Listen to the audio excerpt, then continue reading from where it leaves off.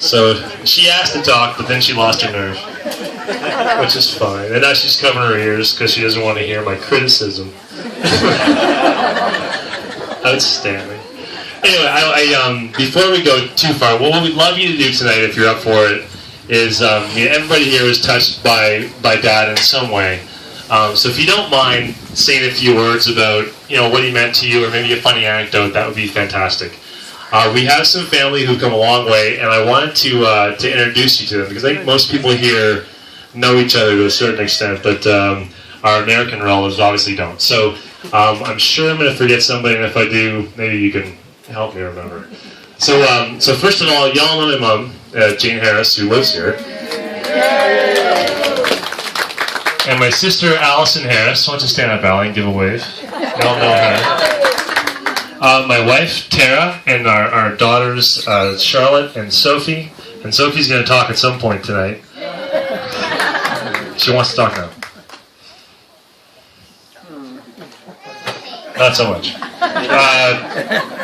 My grandmother, Jean Thompson, is around here somewhere. There she is in the middle. Bill Woodrow is my mother's cousin. He traveled down here from Ottawa. I think the joke was, I'm from there's strange sayings, and it was... Oh, basically, I'm from an exotic place called Ottawa. Exotic place from Ottawa, and I'm here to help. But that was the funny part, right? I'm here to help. I'm from Ottawa. We'll solve your problems. Yeah, yes, of course. Thanks for being here. Who else is here? We have the Burns family, traveled from Gatineau, Quebec, wherever they are. We're right here in front. So they heard about Dad's passing, and they jumped in their minivan and traveled here for...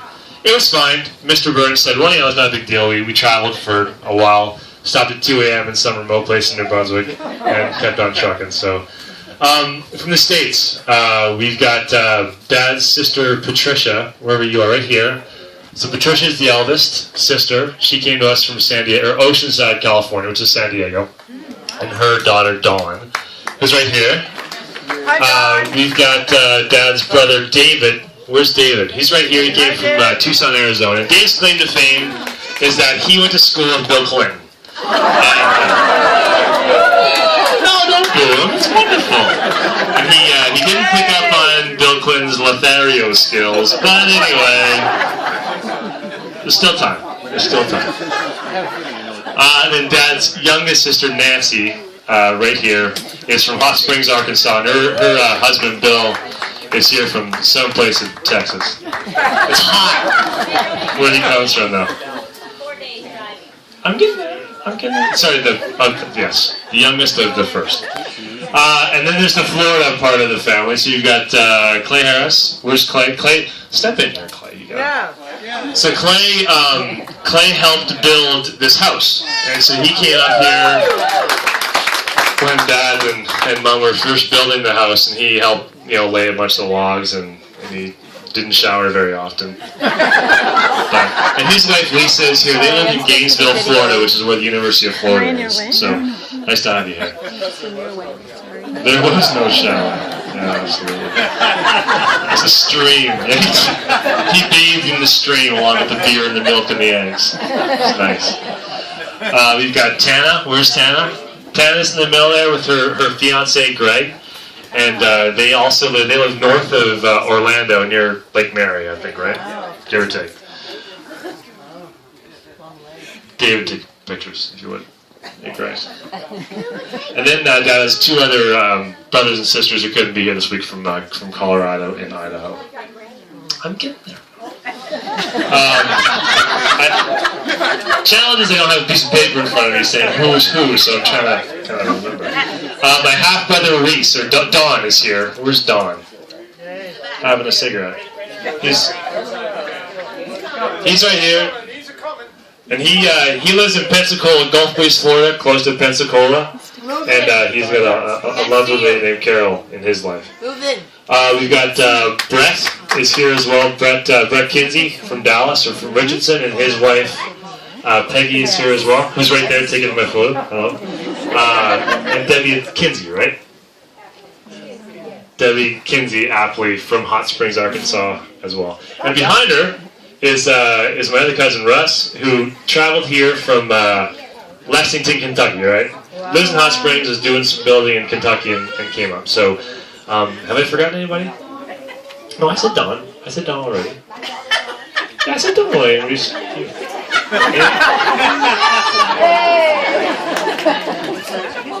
I said Lisa as well. I think I'm good, right?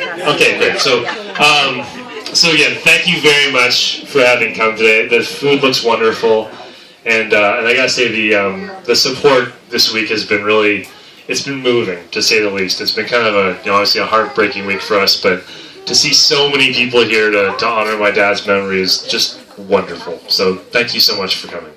All right, so pass it back to Steve, wherever Steve is. Thank you.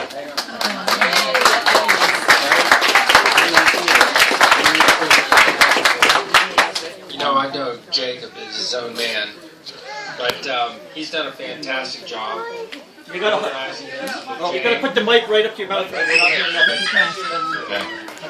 Anyway, I know that Jacob has done a lot to organize this, and Jane with his family. He's his own man, but I know that Don would be really proud of him right now because he's held it together in tough times.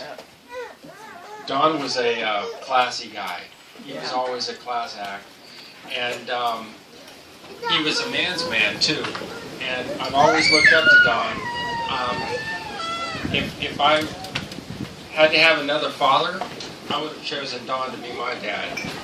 So anyway, I just wanted to let you know that I'm proud of Don. I love Don, and I've respected him. I know we're all missing him right now, but I know that he's looking down on us right now, and he's happy for us. And I appreciate everybody here, and I've learned a lot from everybody that came in through the line last night, that I need to aspire to be a better man, and I think a lot of us in the family were touched by that, and we all feel the same way, that we need to be more like Don and in our life and the way we treat people, and I think that's a special thing. And even in death, he's touched me in a special way with all of you. I've got to give it up. Well done. Would you like to say something, Sophie? Would you, dear? Come on up here. Maybe, I'm not as scary as your daddy. I don't know. Maybe. You want to say something? I just wanted to tell you how much Granddad means to me. He was really, really special to me. He loved me, and he really treated me really well. And that's all I have to say. Oh my Lord, that was beautiful. I understand we have a bit of an agenda here. Darla has taken the responsibility of lining everything up. Speakers, emails. We're going to have a video conference a little later in the back by the oven here. I'm thinking, no, I'm only kidding. But there are a few things lined up. And please, for folks back at the back who haven't been out to Don's incredible bake shop here, this is where Don spent most of his time, other than being with his lovely wife and doing things. Don would retreat to his bake oven that he just dearly loved, and we loved eating Don's bread. And anybody who has had Don's bread knows how good it is, for sure. So anyway, Darla, you got an email, or John wants to say something? Ladies and gentlemen, a good friend Don's, and all of us here, Mr. John Russo.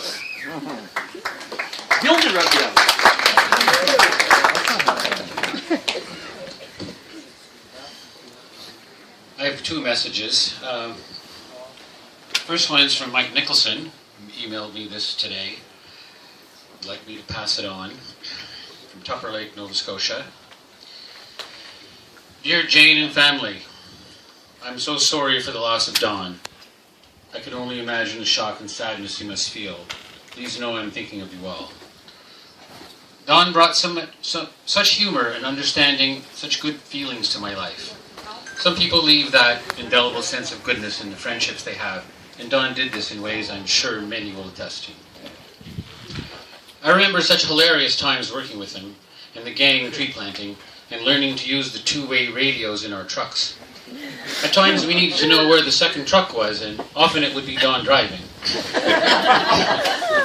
One of us would radio him with the question, "Don, where are you now?" And his typical answer would be something like, "I'm in PEI."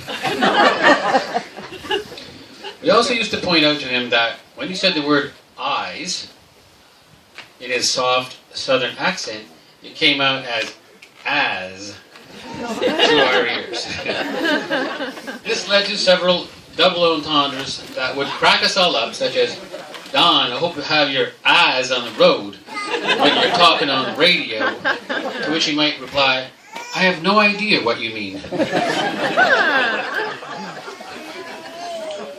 I will also remember his vast intelligence and humility as he took on jobs from woods work with his huge horses to working with information technology. And lately I've heard about his exquisite bread and pastry making and his newfound love of cycling the island he loved. Don brought love and gratitude to this life, and he spread it all around to all of us. For this we can give thanks. I know he'll be missed by all, and of course especially by you, Jane, and Jacob, and Allison. May you find comfort and loving in knowing and loving this good man and the feeling he has left with us. Mike Nicholson.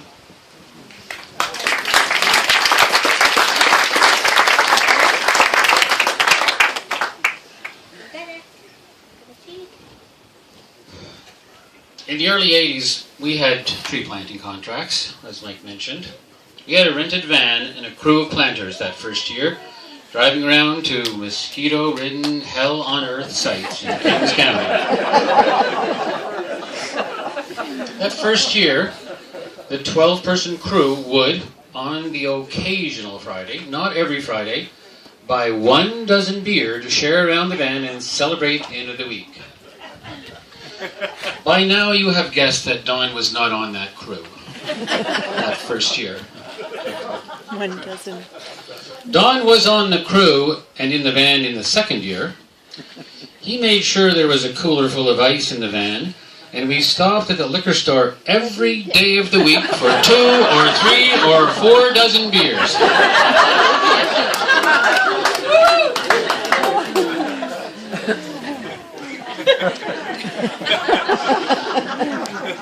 In the 12. In the last few years, Don's love of bread baking coincided with my love of wood-fired oven building.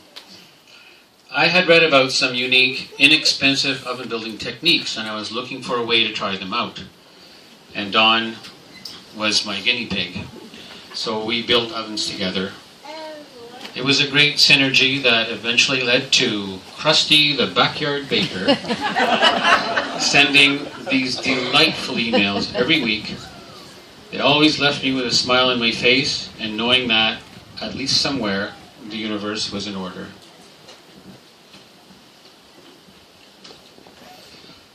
Shock, disbelief, sorrow, disappointment, anger, frustration are the emotions that went through me when we heard of Don's sudden passing.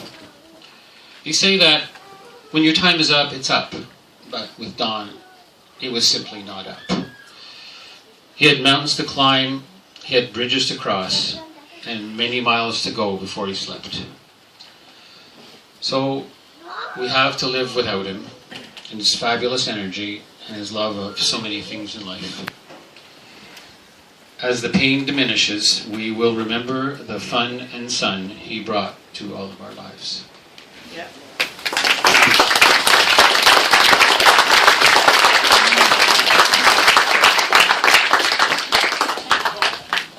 Nicely said, John. Is there anybody else planned who'd like to come up and say a few words before we break into the food and all that? David? Sure. Oh, will it? Yeah, I'm going to talk loud. Okay? I hear you. I'm sorry. I'm Donald's little brother, and I don't have anything planned to say, but I got to tell you that having Don as a brother saved my life in more than one time, and I owe what I am today to Donald's caring and his attention to me. So I had to say that. I think that Donald and I share the same views. I don't think Donald is up watching over us. He may be blowing past us in his breeze. You want a breezy guy.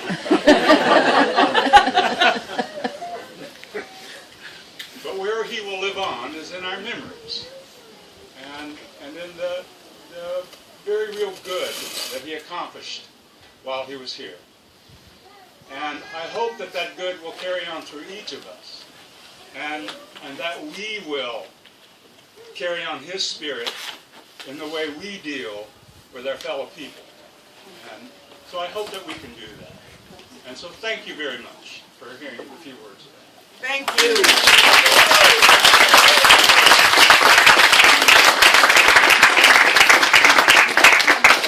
Okay, I think I'm going to close my eyes because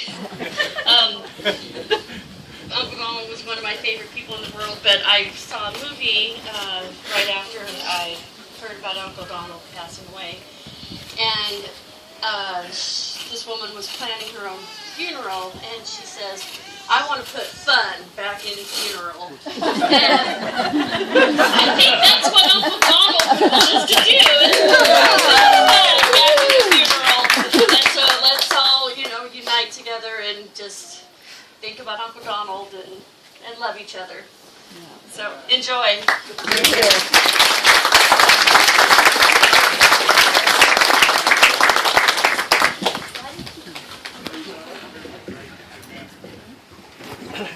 Okay, that's been.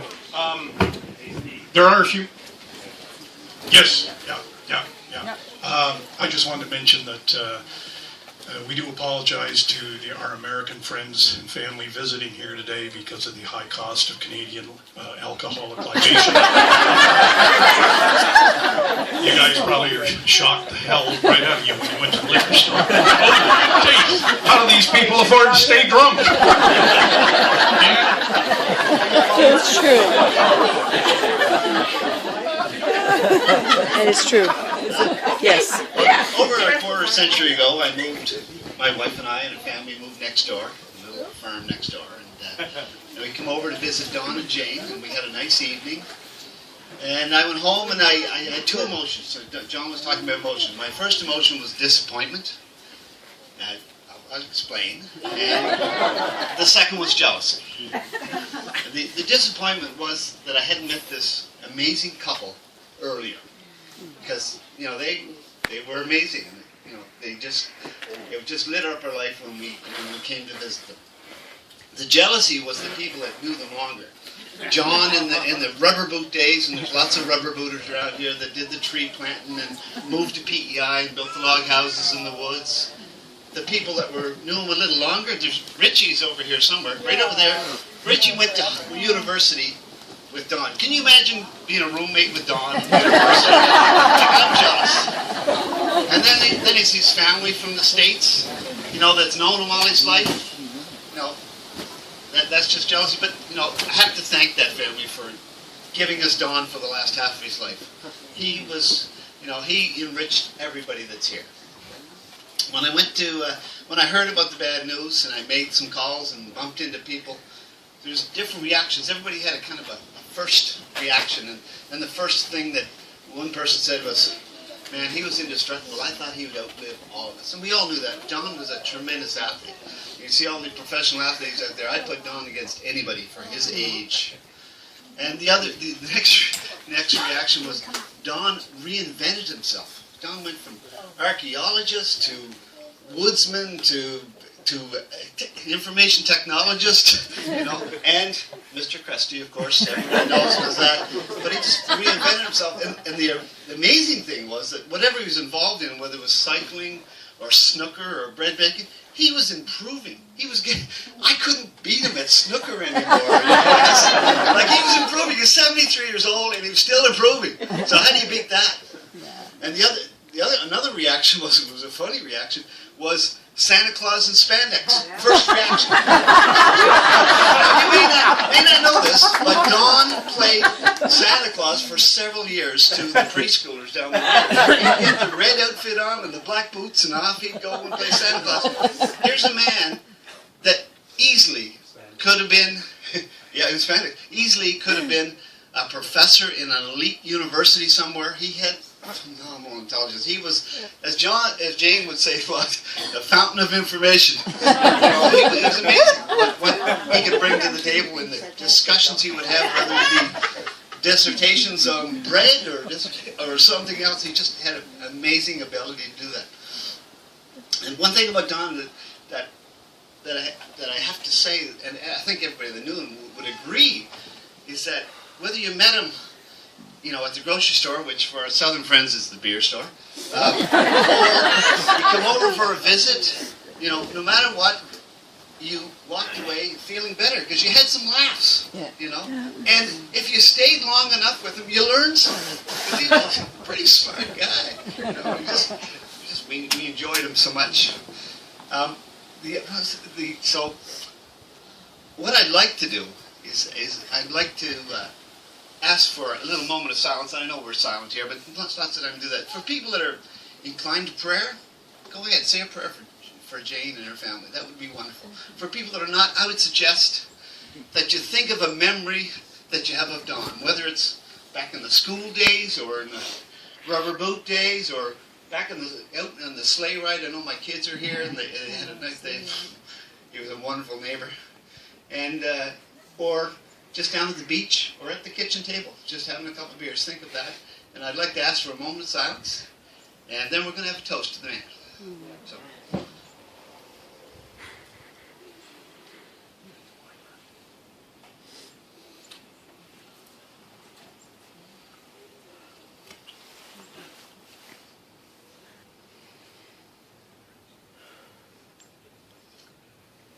To the man, the myth, the legend, Don Harris.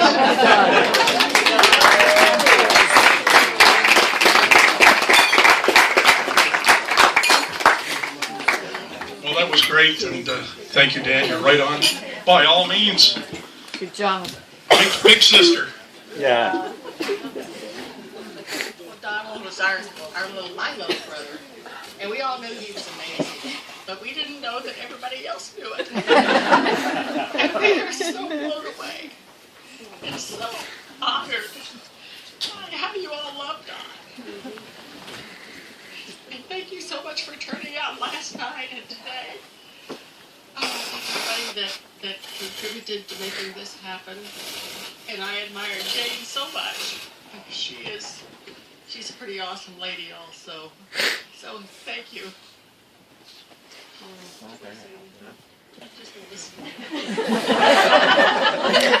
Little sister is learning to stand up for herself. Don would come to Hot Springs.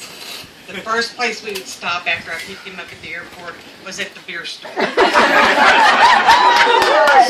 member knows the Harris family well. But Don would come down and tell me stories about y'all. And I loved it. I could tell he loved y'all.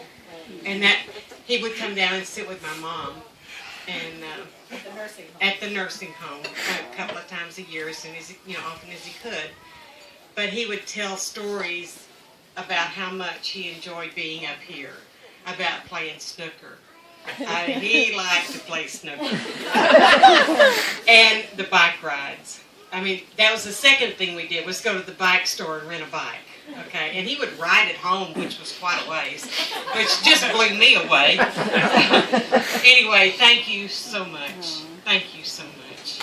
We love Don, and he made our family great. Thank you. We love Don too.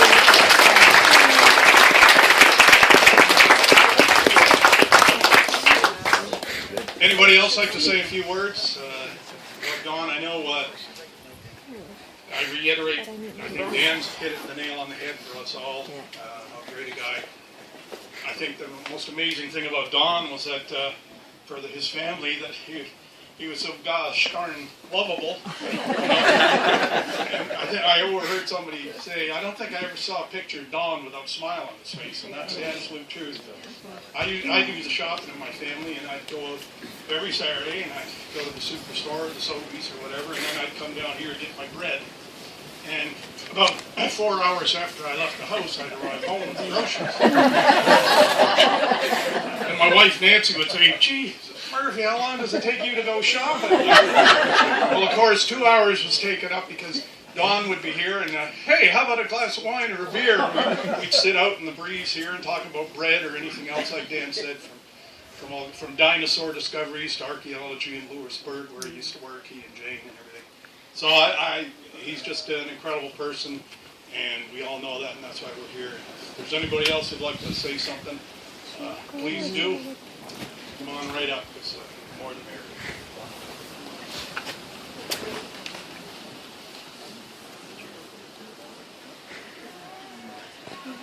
I will ask for forgiveness because I'm a terrible public speaker and I'm really nervous. So, Don, help me.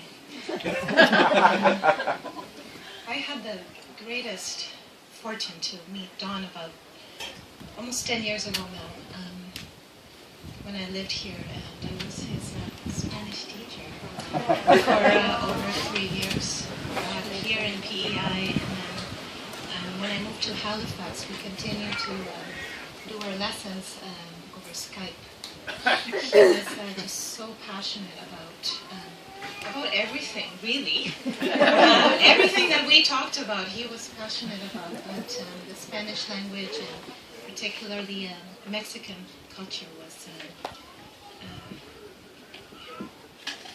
something he really loved.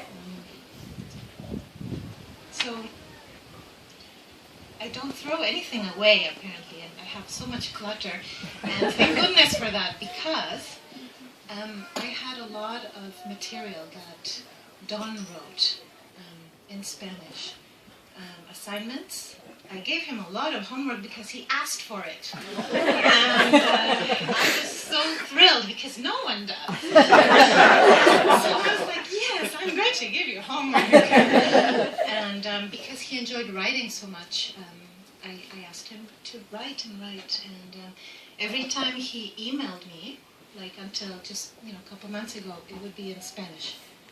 And so I brought some things that I will leave with you. And are they in Spanish or English? Well, it's a mix, but I'm happy to translate anything you want me to. And I've translated just a couple of things into not perfect English, but Could you read it? Could you read it? I will. And so a fun postscript from an email and a poem that Don wrote. And we never really, or we rarely called each other Don or Florencia. I called him El Caballero del Norte, the Knight of the North. Caballero in Spanish also translates as gentleman, and he was a big gentleman, and such a good friend. And he called me, I will blush, I'm sorry, but he called me the nymph of the trees. La ninfa de los árboles. And you can't ask for more. Yeah. Are you the one who's a terrible public speaker? Because you're doing pretty well. I'm really nervous, and I asked for his help. Right, he's helping. Yeah, so it would be his voice much more than mine. And I love you, Don. And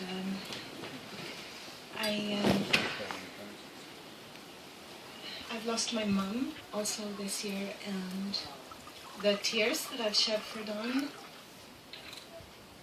they come very close. So he's very deep in my heart. So, humor, fun and funeral. Here we go. I remember. So, this is an email begins, Hola, ninfa. And it's not romantic, not at all. It's about an article that I had given him about illegal immigration of Mexicans into the States. And he's always very interesting political views and, of course, intelligence that everyone has talked about. It was fascinating to talk to Don in Spanish or in English or anything else. There's a postscript that has nothing to do with Mexico. And I've translated this. So the email is from June the 5th, 2006.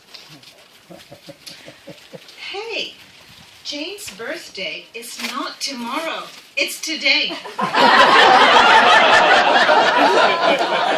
I made a mistake. But I was talking to my mother-in-law yesterday, and she said, what are you planning to do tomorrow for Jane?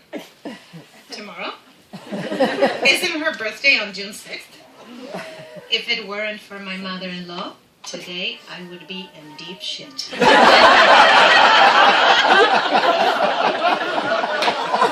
he wrote that in Spanish, believe it or not. Perfect Spanish. So, I'm sure his relatives know about the Mexico connection, but I'm not sure about how many people in PEI and elsewhere know about this, but he had relatives, very well-known people and well-respected people in Guanajuato and San Miguel de Allende. So this is northwest of Mexico City. And I honestly don't remember how this assignment happened, but it ended up being a beautiful poem that should be published. It's beautiful. So if it's okay, I would like to alternate between Spanish and English because the Spanish is just beautiful and he wrote it in Spanish. It's called Todavía hay mariachis. There are still mariachis. So mariachis, for anyone who doesn't know, are Mexican folk musicians that you would see at parties and on the streets. And, you've probably seen them in movies as well. Aunque hay mucho, oh yeah, and this is about a place called El Jardín, the garden, a beautiful park in Guanajuato called the Garden of Union. Aunque hay mucho que ha cambiado en el jardín, todavía hay mariachis, con sus trompetas doradas y sus guitarrones, sus sombreros anchos y sus canciones, cantando su música. Ay, ay, ay, ay. Todavía hay mariachis. Although much has changed at El Jardín, there are still mariachis with their golden trumpets and their guitarrones, their sombreros and their songs, singing their music. Ay, ay, ay, ay. There are still mariachis. Aunque hay mucho que ha cambiado en el jardín, todavía hay vendedores caminando y vendiendo sus pulseras de cobre, sus pájaros mecánicos que zumban y saltan, y sus nubes rosas de algodón dulce. Todavía hay vendedores. Although much has changed at El Jardín, there are still street vendors, walking around and selling their copper bracelets, their mechanical birds that buzz and jump, and their pink clouds of sweet cotton. There are still